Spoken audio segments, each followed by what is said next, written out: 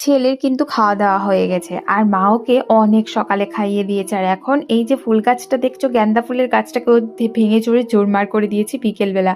এটা হচ্ছে সকালে সকালে ও খেয়ে দিয়ে বাইরে হাঁটছিল আর আমরা এদিকে চাটা খেয়ে নিলাম। ছোট মামা নিয়ে এসছে একটা বড় ব্যাগ দিয়ে অনেকগুলো মালপোয়া, আর এই মালপোয়াগুলো মার ভীষণ পছন্দের, আমার একদম পছন্দ হয় না। আমার শুধু ভালো লাগে এই ঝাল পিঠাগুলো খেতে। এই যে হয় না, নারকেলের মধ্যে একটু লবণ আর কাঁচা লঙ্কা কেটে দিয়ে তারপর বকফুলের মতো বানিয়ে। আর এদিকে মা সৌম্যদীপকে আবারও খাইয়ে দিল। ওকে 4-5 বার মোটামুটি খাইয়ে দিতে, আরও পুরোপুরি ভিজে যায়, যার জন্য ড্রেসটা পাল্টে দিতে হয়। তারপর মা হচ্ছে আজকে কাপড় ধুয়ে দিয়েছে, এগুলো হচ্ছে সমৃদ্ধির ভেজা কাপড়গুলো।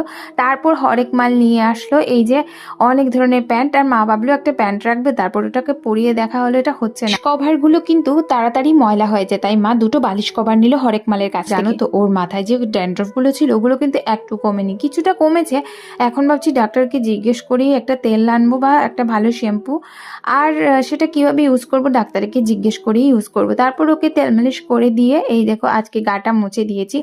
কাল যেহেতু শ্যাম্পু করেছিলাম, আজকে আর মা না করলো স্নান করাস না, আর ভালো করে চিপা টাপা সবকিছুই মুছে দিলাম। আর এদিকে কিন্তু সম্মতি পটি করে দিয়েছিল, আমি মাকে জল নিয়ে দিলাম, আর মা ও জায়গাটা ভালো করে সাফ করে দিয়ে আসলো। তারপর হচ্ছে অনেক কিছুই রান্না বান্না হলো। আর এখন 12টা 20 বেজে গেছে, সৌম্যদীপ সমৃদ্ধি সবাই ঘুমিয়ে পড়েছে, খাওয়া দাওয়া মোটামুটি শেষ হয়ে গেছে।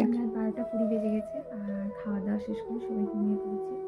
সৌম্যদীপ সমৃদ্ধি ওরা 9:30 থেকে ঘুমিয়েছে আর সবার খাওয়া দাওয়া শেষ।